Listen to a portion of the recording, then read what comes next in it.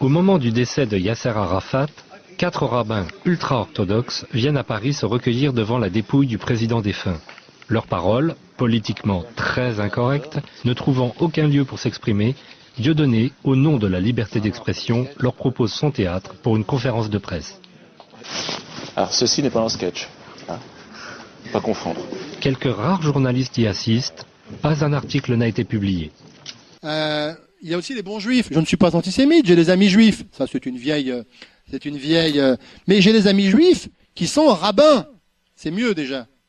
Dans la gamme, j'ai des amis juifs qui sont rabbins.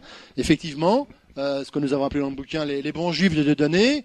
Il y a des rabbins antisionistes. Alors, je n'entrerai pas dans, je dirais, les querelles théologiques sur le sujet, mais qui en gros disent, pour faire court, que Israël ne peut pas exister, puisque donc le sionisme non plus, puisque tout cela doit être une manifestation, je dirais, divine, et que donc la création humaine n'est pas possible en la matière. Je vous la fais courte. En tous les cas, donc ces gens-là sont antisionistes, ce qui est chez moi une bonne chose.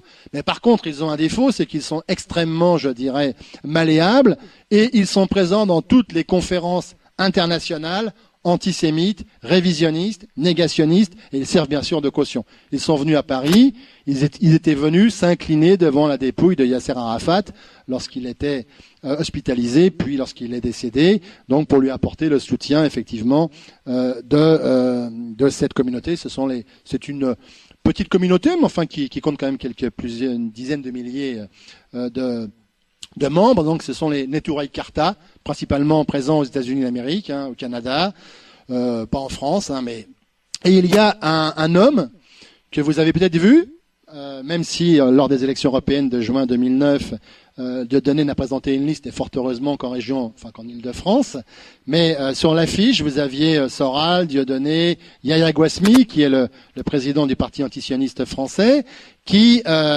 avait en gros une tête pour faire court et sans aucun antisémitisme de ma part, bien évidemment, qui avait une tête de Rabbi Jacob, c'est-à-dire c'était la caricature du juif orthodoxe, on va dire, chapeau, papillote, gabardine, enfin l'uniforme en quelque sorte que l'on est habitué à retrouver dans tous les mauvais films antisémites. Eh bien non, il était sur l'affiche de Dieudonné.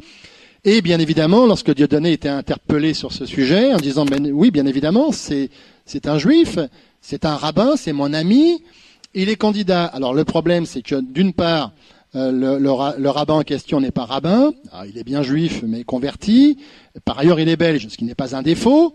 Mais en tous les cas, il n'était pas, pour l'occasion présente, il n'était pas électeur. Par contre, il est bien connu de la communauté juive de Belgique, puisque là aussi, il sert, comme les Neturei Karta, d'alibi conscient, parce que là aussi, il y a les idiots utiles, comme disait un certain Vladimir Ilitch, mais il y a les idiots utiles, mais les idiots utiles, généralement, ils sont un peu idiots. Lui, il n'est pas idiot du tout, c'est-à-dire que concrètement, on a l'impression qu'il s'est converti uniquement pour pouvoir porter une parole antisémite avec une labellisation juive, ce qui est pervers. Parce qu'effectivement, c'est extrêmement compliqué d'aller dire à quelqu'un qui se prétend par ailleurs rabbin, mais qui ne l'est pas, qu'il est antisémite.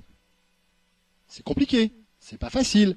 Surtout lorsque le discours en question, au premier degré, n'est pas forcément, je dirais, d'un antisémitisme dégoulinant. C'est un peu plus fin, bien qu'il suffit de regarder 15 minutes, à la 16e minute, déjà ça dérape très très vite.